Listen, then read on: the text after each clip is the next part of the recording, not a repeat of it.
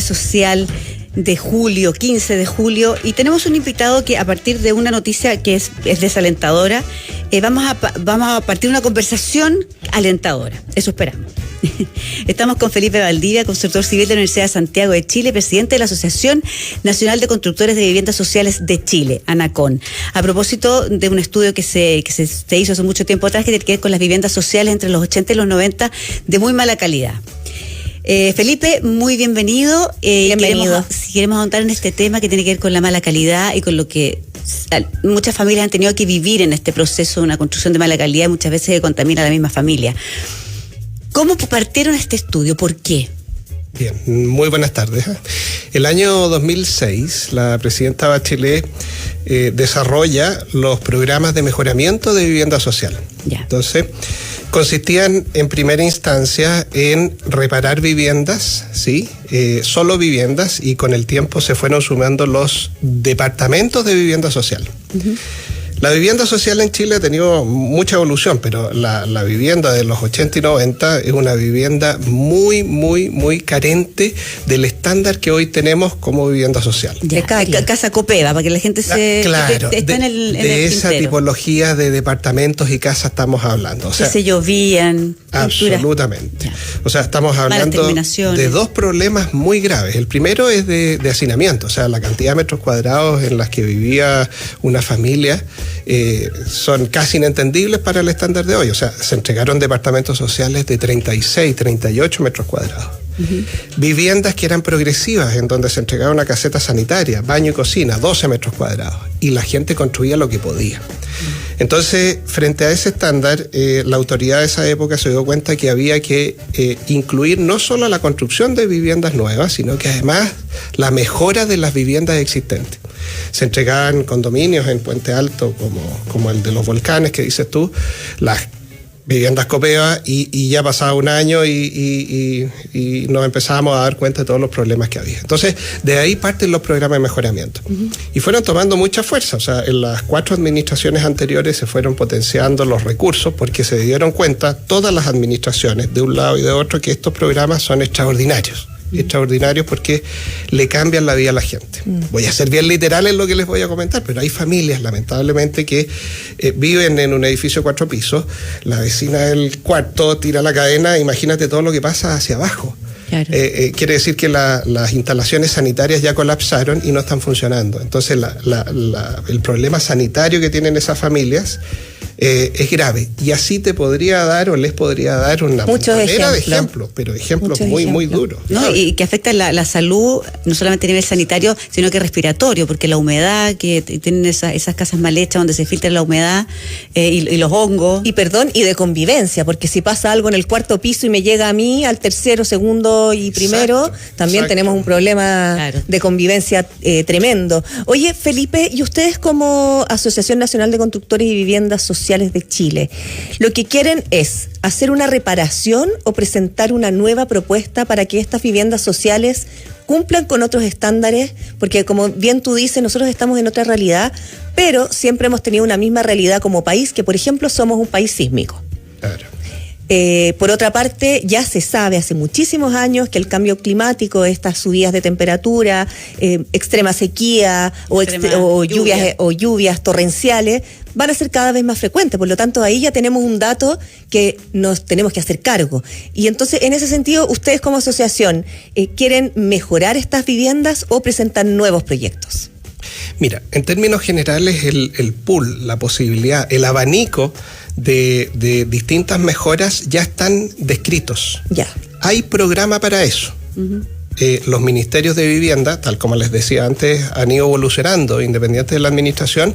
Y eso es muy positivo, como paréntesis, muy positivo. Pero muy bueno, porque de alguna manera los ministerios se hacen cargo de un problema real. O sea, las familias se están filtrando, las familias tienen asbesto cemento en las cubiertas, que es cancerígeno, la cubierta antigua de Pizarreño, Digo pizarreño porque todos lo conocemos. Ahora ya Pizarreño fabrica cosas que distan de ser de mala calidad. Claro, que en esa época no se sabía tanto tampoco. No se sabía, había exactamente, no se sabía. Entonces se saca el asbestocemento, se amplían las viviendas, se amplían los departamentos, se mejora en términos energitérmicos. Entonces existe un abanico de posibilidades muy bueno y muy bien normado. Hoy día el problema que enfrentamos es de recursos. Hay muy pocos recursos comparado con el recurso que hay para construcción de vivienda nueva, que es un gran problema también país. Es decir, nos estamos al debe. Nadie puede desconocer que, digamos, la cantidad de campamentos ha aumentado muchísimo y esta administración ha potenciado mucho esa línea, mejorar el déficit de cantidad de vivienda. Pero estamos desvistiendo un santo para vestir otro. Claro. Ese es el problema que existe hoy. Porque el déficit de mejoramientos, de reparaciones, que es lo que hacemos nosotros como agrupación de empresas, digamos, crece exponencialmente. Cada vez que se entrega una vivienda que tiene mal estándar, que eso pasaba antes, se requiere de un mejoramiento solo para llegar al estándar de hoy. No para que se supere, sino que para llegar al estándar de hoy. Claro. Y esto afecta a la Siempre familia. quedamos al debe. Quedamos al debe. El tema es cuánto aguanta el país o las familias en términos de seguir viviendo en estas condiciones. Es cierto que vivir en un campamento es terrible, es grave, a todas luces. Pero las familias que viven con estos problemas que yo les mencionaba antes, literalmente expresado, o sea, estamos hablando de que no cae agua pura y cristalina sobre las cabezas, son aguas servidas, y así mucho más ejemplos. Esas familias viven de una manera súper indigna, muy indigna. Familias, y peligrosa absolutamente. Familias que viven en 38 metros cuadrados, o sea, los programas de mejoramiento amplían esos departamentos, esas casas, y una familia puede vivir de manera más digna, lo repito. ¿Sí? Sí. Felipe, yo esto una pregunta que es retroactiva, básicamente, porque mencionamos el caso Copeva, que fue un caso muy bullado y muy complejo a nivel nacional. ¿Esas casas se pudieron reparar o tuvieron que hacerse nuevas? Porque también hay un problema, hacer las cosas mal es doble trabajo. Así es. Bueno, vuelvo a la política habitacional. Ha ido mejorando y en Chile nosotros, digamos, tenemos o hemos hecho como rubro cosas muy bien hechas. La norma sísmica, por ejemplo, es ejemplo de cosas bien hechas. Tenemos un estándar a nivel mundial y a nosotros no se nos caen los edificios salvo que hayan excepciones de mala construcción. Sí, ¿ya? Pero un terremoto como los que tenemos nosotros en otro país es una catástrofe gigantesca, como Haití, exactamente. Y ese fue un 6, grado 6, imagínate. Pero eso es ahora. Lo que pasó anteriormente es totalmente distinto. Entonces, sí es más caro demoler y volver a construir, pero hay casos en donde la construcción es tan mala que hay que hacer eso. Y a nosotros, digamos, dentro de nuestro gremio, nuestra agrupación, hay equipos, empresas que se dedican precisamente a hacer demolición y construir, digamos, vivienda nueva. Pero la gran mayoría se puede recuperar. Pero mientras más pasa el tiempo sin esa recuperación, sin esa reparación, la reparación termina siendo cada vez más cara. Claro. O sea, si se deja pasar mucho tiempo sin hacer esta reparación, entonces hay un costo para el Estado que es altísimo, altísimo. Oye, Felipe, yo tengo una duda, porque estamos en un país donde tenemos una industria maderera tremenda y nosotros hemos sabido, yo con Andrea hemos tenido varios entrevistados del mundo de la madera y sabemos que se puede construir y que la madera es muy noble para construir. ¿Nunca se ha evaluado construir viviendas sociales con madera? Hablemos de la teoría. En la teoría, la madera, nosotros somos productores de madera y de la mejor madera del mundo. Entonces, es como el cobre. Claro. Hacemos más cosas en cobre. Bueno, la madera sí es extraordinariamente buen material de construcción. Es muy noble. Es resistente, económico, liviano. Y hay nuevos tratamientos además que la han potenciado mucho más. Pero cuando no se ocupa de la manera correcta, estamos hablando desde la perspectiva técnica, es un desastre. O sea, ¿nos falta tecnología para la construcción en madera? Yo diría que no es que falte tecnología, falta de alguna manera hacer las cosas bien. Soy bien riguroso con mi rubro. Quienes construyen bien en madera tienen resultado exitoso. Esas casas duran una eternidad. ¿Sí? Estados Unidos, Canadá, Nueva Zelanda, el 90% de la construcción de viviendas es con madera. Sí. Y no es que no tengan termitas, ¿sí? Sino que tienen los mismos problemas que nosotros. ¿Y qué nos falta? ¿Qué nos falta? De alguna manera entender que no puede haber un ahorro en la fabricación del producto. El producto es madera más los elementos que hacen resistente a la madera. Cuando no se aplica eso, es un desastre. Cuando se aplica, hay resultados maravillosos. Eso lo tiene que hacer alguien que sepa entonces en el rubro. Que sepa, claro, exactamente, y buen producto, buena calidad. Y en Chile tenemos productores extraordinarios de madera. Sería interesante hacer como una mirada un poco más amplia en ese sentido, porque efectivamente tenemos ahí un potencial muy importante que es la materia prima. Grande. Además, la construcción en madera se puede prefabricar, es mucho más rápida. Claro. El tema es que se tiene que hacer bien, si no, la cosa no funciona. Oye, yo tengo una duda, porque efectivamente cuando se ha construido mal, hay unas inmobiliarias que están a cargo, que se adjudican estas viviendas sociales. Sí, soy un poco ignorante del tema, pero eso debería ser, ¿no es cierto? Cuando estas viviendas están mal hechas, el gobierno se hace cargo, pero la inmobiliaria esta que construye mal, que puede tener sus razones, no sabemos, hay varias, algunas se inventan, ¿responde de alguna manera también? Sí. Bueno, hay que ser bien riguroso en esto. La empresa constructora es la principal responsable de la calidad del producto. Claro. Eso. Nosotros, constructores, representantes legales de empresas constructoras, tenemos que responder por la calidad del producto. Uh-huh. ¿Sí? Independiente de que el desarrollo del proyecto lo pueda hacer otra institución, que son las entidades patrocinantes para efectos sociales, las EGIS significa Empresas de Gestión Inmobiliaria Social. Uh-huh. Es como las inmobiliarias sociales, ¿ya? Estas empresas son las que están a cargo de desarrollar, presentar, elaborar el proyecto, aprobarlo, y nosotros, empresas constructoras, lo ejecutamos. Ese es más o menos el cuadro en el área social. Uh-huh.